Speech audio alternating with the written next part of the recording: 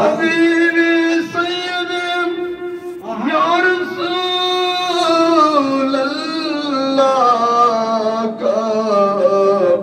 يا رحمة للعالمين نبيا كلمة فوري أغنار نام آزاني شوني أغنار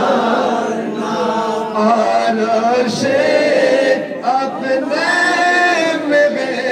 मेहमान नमाज़े अपना के सालम या नबी सलाम अलैका या रसूल सलाम अलैका या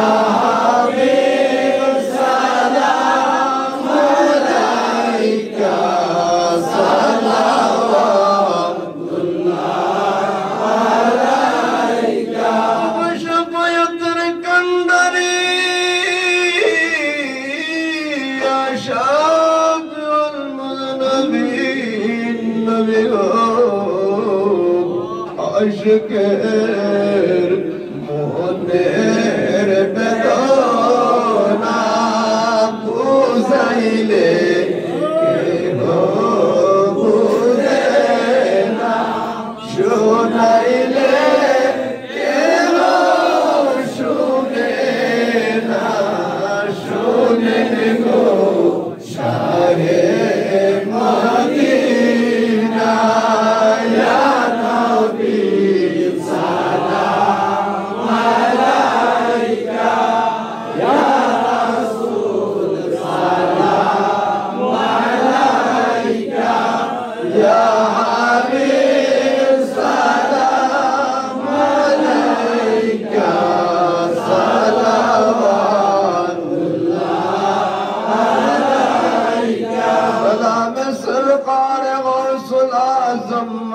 النار شيئا إلا يا غوث سلام عليك يا مرشد سلام عليك يا مولا سلام عليك صلوات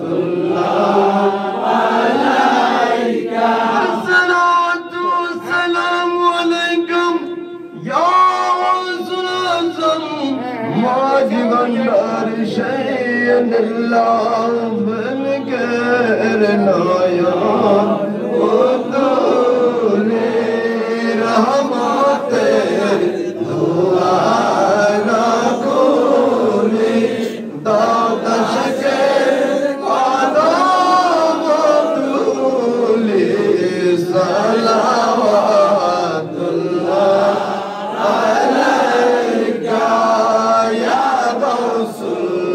سلام عليك يا مرشد سلام عليك يا مولا سلام عليك صلوات الله عليك يا قوم المولى سيد اعظم شغفر فركم لك فضيلا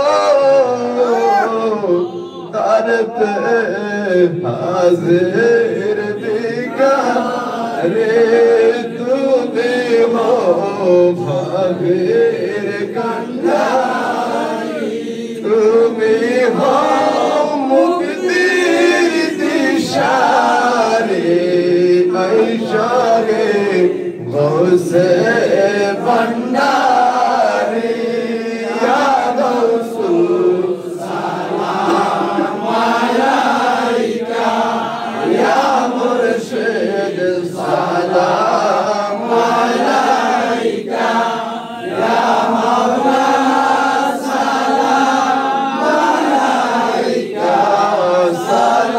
صلوات الله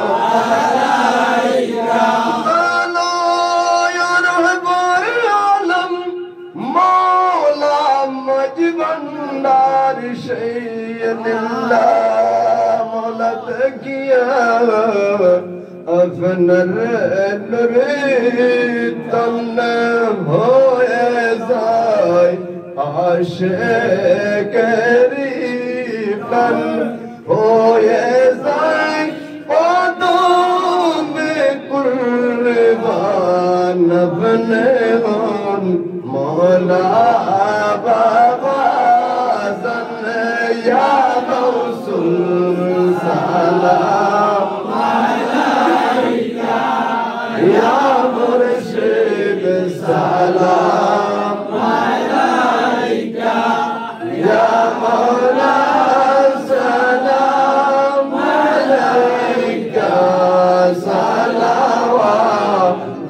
সালাওয়াতুল্লাহ আলাইকা بلغ العلا بكماله كشف الدجى بجماله حسنت جميع خصاله صل عليه وآله شمس الضحى محمد برد الدجى محمد نور الهدى محمد صل على محمد يا رسول الله يا حبيب الله يا رسول الله يا حبيب الله يا رسول الله يا حبيب الله শুনে সে হাদিসে দেখিলে আপনাদের জীবনের গুনাহ জরিয়া পরে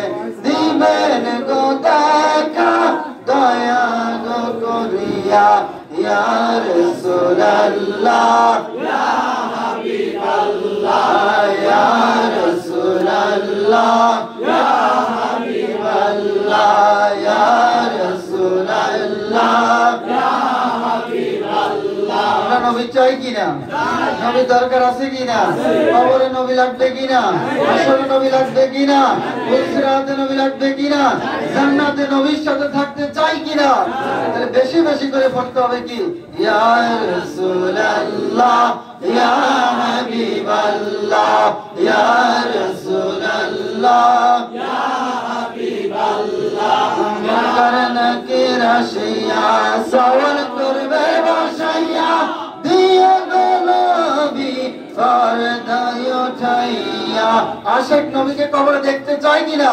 দেখতে চাই কিনা কিয়ামত পর্যন্ত আশিকের কবরে কবরের মধ্যে পিঁপড়া বসতে পারবে না যদি নবীর অপ্রেম অন্তর থাকে সুবহানাল্লাহ যদি বেশি বেশি নবীর দুরূদ নবীর জিকির আমরা করতে পারি করার মতো করতে পারি নবীকে মানার মতো মানতে পারি এজন্য আশিকে বলে কি মন করে না কি রাশিয়া সওয়াল করবে বসাইয়া দিয়া গো নবী পর্দায় উঠাইয়া করিব সালাম কদম দরিয়া ইয়া রাসূলুল্লাহ ইয়া হাবিবাল্লাহ ইয়া রাসূলুল্লাহ ইয়া হাবিবাল্লাহ ইয়া রাসূলুল্লাহ ইয়া হাবিবাল্লাহ ইয়া রাসূলুল্লাহ ইয়া হাবিবাল্লাহ চাওয়াজ আল্লাহ শুকরিয়া আদায় করে আলহামদুলিল্লাহ প্রাকৃতিক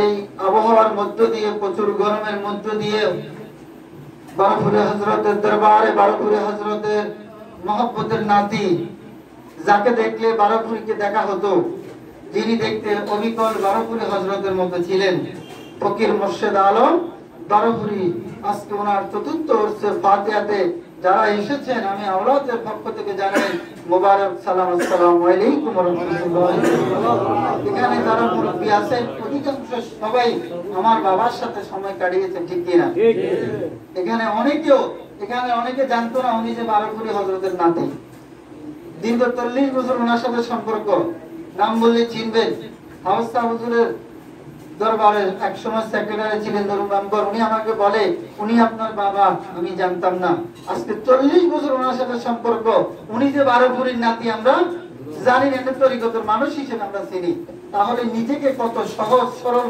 ভাবে পরিচয় দিতেন নিজে কত সরল ভাবে চলতেন ওসিয়ে গৌসুল আজমের আদর্শ ধারাবাহিকতার মধ্য দিয়ে নিজেকে অতিবাহিত করেছেন।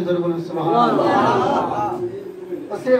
একটা কথা বলেছিলেন, প্রবৃত্তি নিবৃত্তি জানো তিন গর্ভে, বাক বিতণ্ডা পরিহারে, পরদোষ পরিহারে নিজ দোষ দেনে, সুদাইন সুধীর জনে সুধীর বাসনে, দেখাইবে না ফিরে যাকে এই তিন দ্বারা, আসিবে না সোজা পথে সেই কত হারা। কথা বুঝতে পেরেছেন? এখানে তিনটা বিষয়ের উপরে কি বলেছেন ওসিয়ে গৌসুল আজম পীরদেরকে নির্দেশ দিয়েছে যে তিনটা বিষয়ের উপরে আপনার মুরিদদেরকে জ্ঞান দিতে হবে। সুবহানাল্লাহ। কি বিষয়? প্রবৃত্তি নিবৃত্তি, শরীরে যে নফস আছে, নফসানিয়ত আছে, এই নফসানিয়তের উপরে কি দিতে হবে? পীর মুরিদদেরকে কি দিতে হবে? শিক্ষা দিতে হবে, জ্ঞান দিতে হবে। আরেকটা জ্ঞান কি? বাক বিতণ্ডা করা যাবে না। কি করা যাবে না? তরিকত, এখানে অধিকাংশ তরিকতের মুরব্বী, ঠিক কিনা? এই মুরব্বীদের কাছ থেকে পরবর্তী তরিকতের শিক্ষা নেওয়ার আছে কিনা? আছে না? বর্তমান তরিকতের অবস্থা কি না? ভালো না। সবাই যার যেখানে যান, যে দরবারে যান, কোন আদবতা নেই। বর্তমান যারা তরিকত আসতেছে তারা আদবতা কি জিনিস জানে না। মুরব্বীদেরকে তাজিম করা, যারা দরবারে প্রবীণ পুরাতন লোক, তাদেরকে কিভাবে তাজিম করতে হবে এই জিনিসটাও জানে না। আদব ছাড়া আপনি তরিকতে দাঁড়াইতেই পারবেন না, তরিকতে আপনি আসবেন না। যদি আদব আপনার মধ্যে না থাকে, আপনি তরিকতে কি দাঁড়াইতেই পারবেন না। বাকি সাধনা, রিয়াজত, জ্ঞান অর্জন যা কিছু আছে সকল কিছু পরে, আগে তো দাঁড়ানো। আগে কি তরিকতে দাঁড়ানো, তারপরে না সামনের দিকে যাবেন। যদি আপনার মধ্যে সে দাঁড়ানোর ইয়ে না থাকে, শক্তি না থাকে, শক্তিটা কি? আদব। যদি আদব থাকে, নিজে হাঁটতে না পারলে একজন নিয়ে যাবে জায়গা মতো। তোর বলেন না সুবহানাল্লাহ। আদবে আউলিয়া, আদবে কি আউলিয়া, বেয়াদবে শয়তান, বেয়াদবে কি শয়তান। আগের মুরব্বীরা এখানে অনেকে আছে, কিন্তু তারা মাদ্রাসার দ্বারের কাছে যায় নাই, কিন্তু একজন আলেম তাদের প্রশ্ন উত্তর দিতে পারবে না। একটা আলেম কি তাদের প্রশ্নের উত্তর দিতে পারবে না, তাদের মধ্যে সে জ্ঞান নাই। কিন্তু মুরব্বীর মধ্যে যে জ্ঞান আছে, এটা পীরের দরবারে আদবতার কারণে, গোলামের কারণে এই শক্তি কি হয়েছে? অর্জন হয়েছে। কথা বুঝতে পেরেছেন? আমাদের আদর্শ কি? রাসূলুল্লাহর আদর্শ কি? কেউ যদি স্বামী সাহেব বলেছেন, কেউ যদি আমাদের খারাপ করে, তার ভালো করা হয়েছে আমাদের কাজ। তার ভালো করা কি আমাদের কাজ। কারণ আমার আদর্শ দিয়ে, আমার কর্ম দিয়ে তাকে আমার দিকে টেনে আনতে হবে, তাকে হক বুঝাই দিতে হবে আমার আদর্শ দিয়ে, ঠিক কিনা? তার সাথে কি ঝগড়া করে, বাক বিতণ্ডা করে নয়। মক্কা বিজয়ের ঘটনা আমরা অনেকে জানি কিনা? মক্কা বিজয়ের সময় যখন এক বুড়ি তার কাটুরি টুকরা নিয়ে, তার গান্ডিকে নিয়ে যখন হাঁটতে পারতেছেন না, রাসূল কি বলেছেন? মা, আপনার লোটাটা কি, আপনার বস্তাটা কি আমি আগাই দিব? ও বাবা, দিলে তো ভালো হয়। দিলে তো কি হয়? ভালো হয়। রাসূলুল্লাহ বুড়ির মাথায় কি নিয়েছেন? বোঝা নিয়েছেন, বস্তা নিয়েছেন। আর বুড়ি কি করতেছেন? রাসূলুল্লাহকে গালাগালি করতেছেন। হারে আব্দুল্লাহর ছেলে মোহাম্মদ, যার জন্য আজকে কি করতে হচ্ছে? দেশ ছাড়তে হচ্ছে। আরো অনেক বাজে বাজে কথা বলেছেন, দৈত্য বলেছেন, দানব বলেছেন। কিন্তু রাসূল একটা কথাও প্রত্যুত্তর দেয় নাই। বুদ্ধি যখন তাদের কাফেলা গেলেন, সবাই দাঁড়ায় গেল। আরে যার ডরে, যার ভয়ে আমরা এখানে আশ্রয় নিয়েছি, বুড়ি তার মাথায় লোটা দিয়ে, তার মাথায় গাটুরি দিয়ে তাকে এখানে নিয়ে এসেছে। বুড়ি কি বলেছেন তখন? এই যদি সে হয়, এই যদি সে মুহাম্মদ হয়, তাহলে সে সত্য, তাহলে সে সত্য। আমি তার ধর্ম বহন করতেছি। বলেন লা ইলাহা ইল্লাল্লাহ মুহাম্মাদুর রাসূলুল্লাহ সাল্লাল্লাহু আলাইহি ওয়াসাল্লাম। এটা হচ্ছে আমার রাসূলের আদর্শ। এটা হচ্ছে কার আদর্শ? মাইজবান্ডারের আদর্শ কি? কারো ক্ষতি করলে ভালো করা। মাইজবান্ডারের আদর্শ কি? যদি মাইজবান্ডারি যে মহান মাওলার যে মহান শক্তি নিয়ে এসেছেন, তাদের সাথে কেউ শত্রুতামি করে কেউ পারে নাই।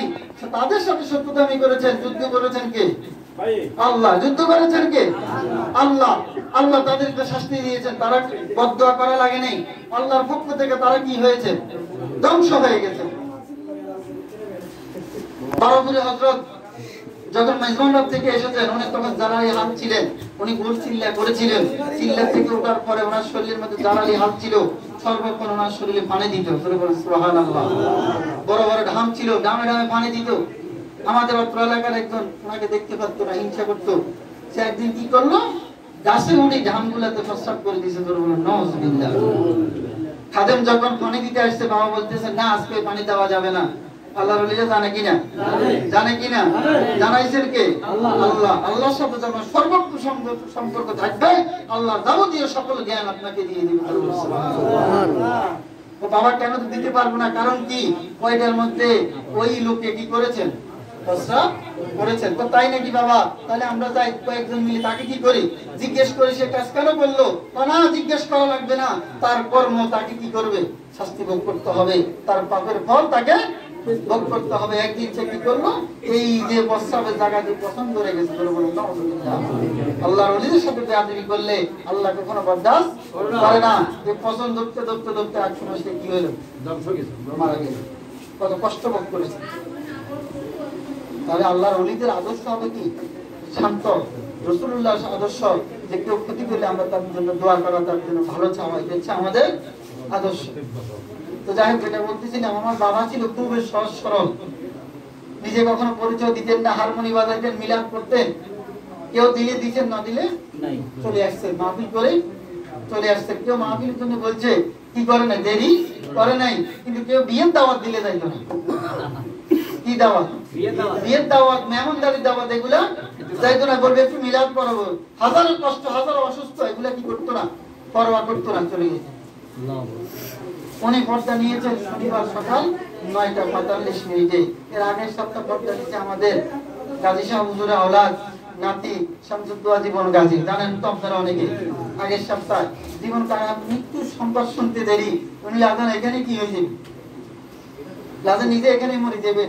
ফোনে যাদের নাম্বার ছিল প্রত্যেকের ফোন দিয়ে বলতেছেন গাজী শাহ হুজুরের নাতি জীবন মিয়া মারা গেছে, গাজী শাহ হুজুরের নাতি জীবন মিয়া মারা গেছে, সবাই দিচ্ছে।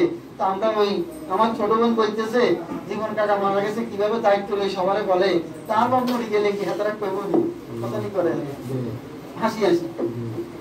তো আমার জানাজা করে আসছে, এরপর থেকে উনি তো শোকাহত। এরপরে সপ্তাহে মনে হয় বিশুদ্ধবারে মেয়রের তত্ত্বাবধানে একটা মাহফিল হয়েছিল। মাহফিল করে আসি সকালবেলা, আমার অনু কাকারে বলে মাহফিল খুব সুন্দর করছি। মাহফিল কি খুব সুন্দর করছি ভাই, আইয়েন, আপনার লগে কথা আছে। আপনার লগে কি আছে? কথা আছে। আমার কাকা বলতেছে না, আমি তো কাজে আছি, তাই হিংমাস ধরছি, হিংমাস খাওয়ানো আপনারে নাই আসে নাই। কিন্তু ইয়ার 101 বছর আগ থেকে যখন সিলেট প্রোগ্রাম করতেন, 25 বছর আজমের খলিফা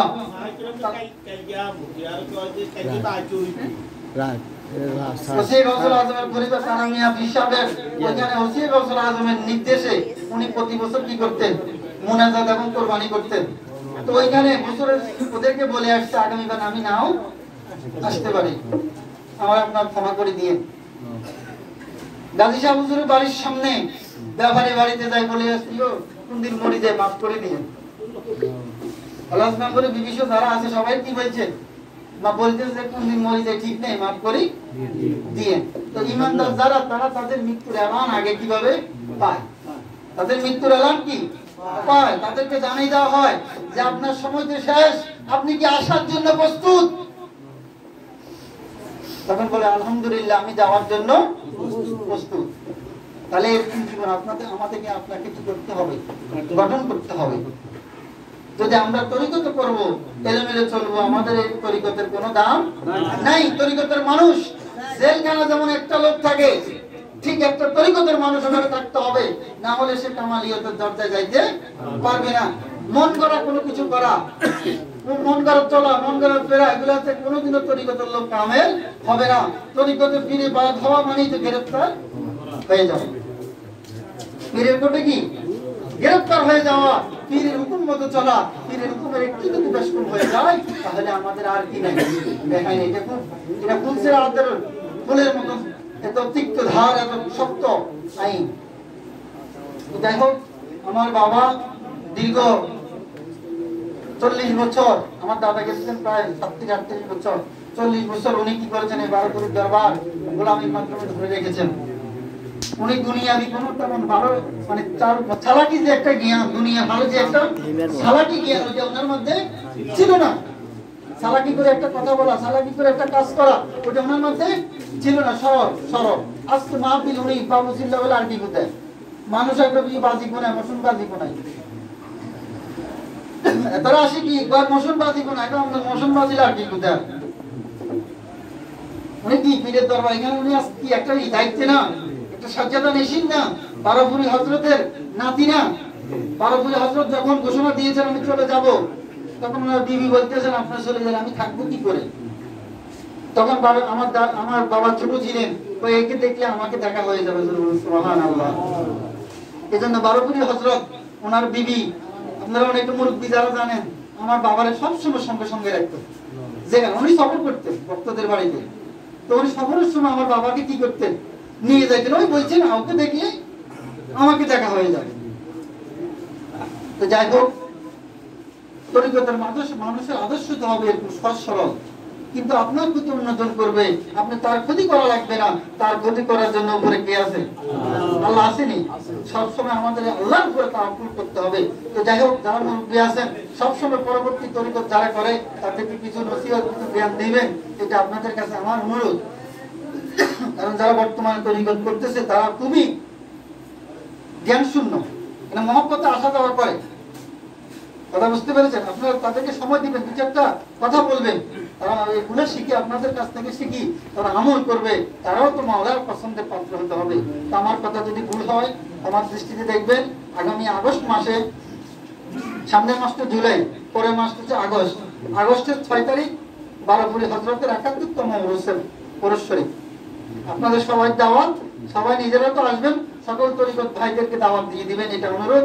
আগামী 6 আগস্ট, সামনের এই জুলাই মাসের পরের মাসে ইনশাআল্লাহ আসবেন তো, আল্লাহ যদি বাঁচায়।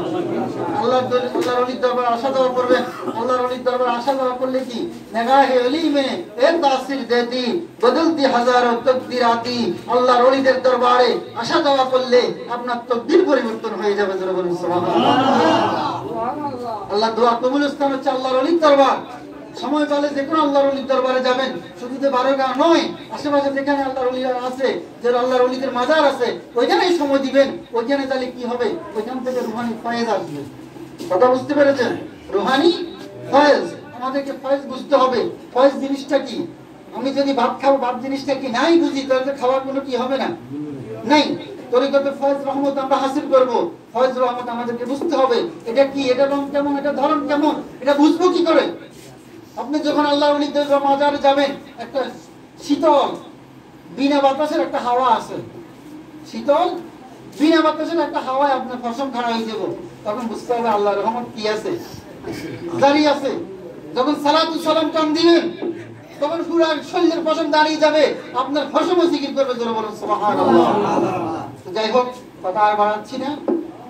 আপনারা এখানে সবাই জ্ঞানী, সবাই কি তরিকতের জ্ঞানী, অনেক মুরব্বী বাবারা, অনেক পুরান লোক, সবাই আমাদের জন্য দোয়া করবেন।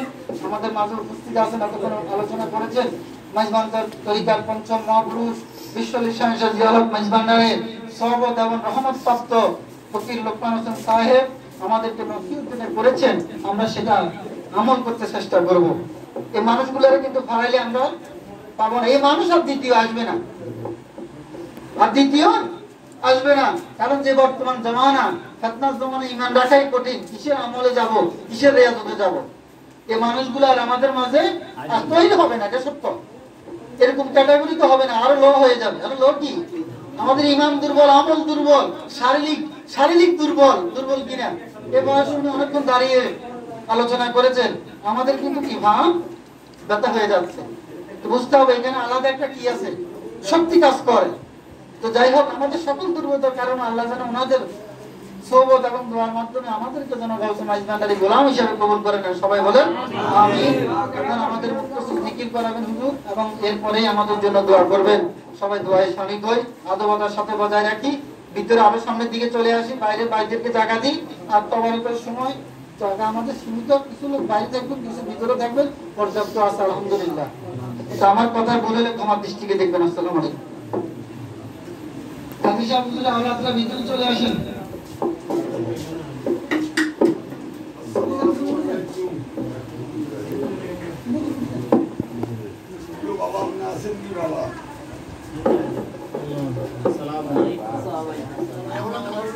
আমরা সবাই সদা ভাই